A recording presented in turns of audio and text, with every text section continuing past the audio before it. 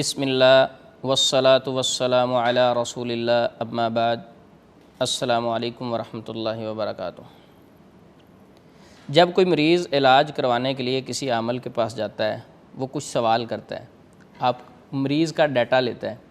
जब वो मरीज़ का डाटा अपने पास जमा कर लेता है, अब वो किसी वक्त भी उस शख्स पर हमला कर सकता है। मैं अक्सर ये बात किया करता हूँ कि कुछ चीज़ें अल्लाह के लिए जादूगरों को देना छोड़ दें।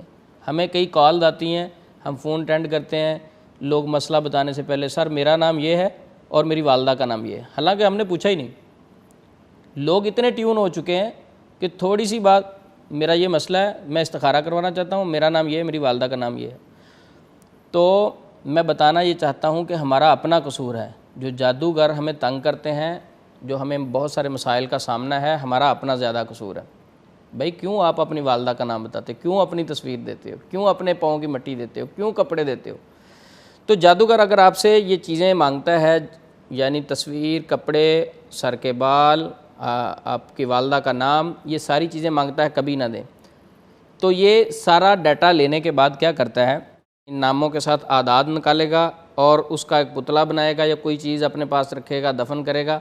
एक खातून का कराची से फ़ोन आया, वो कहती मैं बहुत परेशान हूँ, मैं एक जादूगर के हाथ फंस गई हूँ। उसने ये सारी चीज़ें दी थी। वो एक अमल के पास इलाज के लिए गई कि मेरे घर में झगड़ा परेशानी नचाकी रहती है, तो मुझे कोई हल बताएं। उसने कहा आप अपने शोहर के सर के बाल ले आएँ और पाँव की मिट्टी ले आएँ, कपड़े ले आएँ और तस्वीर ले आएँ। तो कहती जब मैंने ये सारी चीज़ें उस मुआलिज को दी, उसने साथ कहा उसका मोबाइल नंबर भी मुझे लिखवा दें, ये अच्छा होगा, मैं पढ़ाई करूँगा। जो भी उसने अपनी बात बूत सुनाई। कहती मुझे उस वक्त मेरा दिमाग इतना मऊफ हो चुका था, मैंने अपने शोहर का मोबाइल नंबर भी उसे दे दिया। तो अब उसने कहा मैं एक अमल करूँगा, आप 15 दिन के बाद आना। 15 दिन के बाद कहती मैं दोबारा उसके पास जब गई तो उसने कहा जादू बहुत सख्त है, पीछे से बहुत सारे लोग जादू कर रहे हैं, तो लिहाजा कुछ ख़र्चा होना है, तो आप ऐसे करें, मुझे 1 लाख रुपया 1-2 दिनों के अंदर अंदर अरेंज करके दें, नहीं तो आपका बहुत नुकसान हो जाएगा। वो खातून कहती मैंने कहा मैं 1 लाख रुपया कहाँ से दूँ, मैं तो इतना अफोर्ड नहीं करती। उसने कहा अफोर्ड करती हैं या नहीं करती, 1 लाख रुपया आप ले आएँ, बच जाएंगी, नहीं तो आपका नुकसान होगा। तो बहरहाल कहती मैंने कहा ठीक है, जो नुकसान होगा वो होता रहे। अब उसकी ब्लैकमेलिंग शुरू हुई। अब उसने दिमाग को कंट्रोल करना शुरू किया।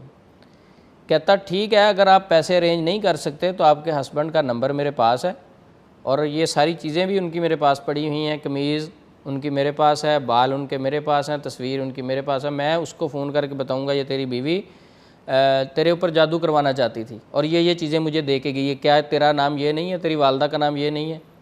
अब वो खातून कहती मेरे तो पाँव के नीचे से ज़मीन निकल गई कि मैं तो अपना घर बचाने के लिए आई थी और मेरा घर तो तबाह होने लगा है। अब कहती मैंने मिन्नतें समाजतें शुरू की। वो कहता नहीं 1 लाख रुपया दो। तो इसी दौरान उसने मेरे साथ रब्ता किया। तो अब मैंने उसे कहा कि आपको किसने कहा था ये चीज़ें उसको दें, अगर आपने दी हैं तो आपको भुगतना भी पड़ेंगी, ठीक है, गलती तो आपने की है, आपको नहीं देनी चाहिए थी। तो इसलिए मैं बार बार अपने नाजरीन को ये बातें ज़िक्र करता रहता हूँ, अल्लाह के लिए ये चीज़ें जादूगरों को देना छोड़ दें, शरई इलाज में इन चीज़ों की ज़रूरत नहीं होती। तो अगर किसी के घर में ऐसा इशू हो गया है कि वो किसी को ये चीज़ें दे चुका है, तो वो इस्तिग़फ़ार करे, अल्लाह से मदद मांगे। इंशाअल्लाह अल्लाह रब्बुल इज़्ज़त जिसकी मदद करें, दुनिया की कोई ताकत उसे नुकसान नहीं दे सकती। तो अपनी ज़िंदगी को, अपने मामलात को, अपने ख़यालात को अल्लाह और उसके रसूल के ताबे करें। सुबह शाम के अज़कार और दुआओं की पाबंदी शुरू करें। इंशाअल्लाह जितने जादू के असरात हैं वो ज़ाइल हो जाएंगे और अल्लाह रब्बुल इज़्ज़त इस तरह के जादूगरों के शरों से हमें महफूज भी रखेंगे। अस्सलामु अलैकुम वरहमतुल्लाहि वबरकातुहू।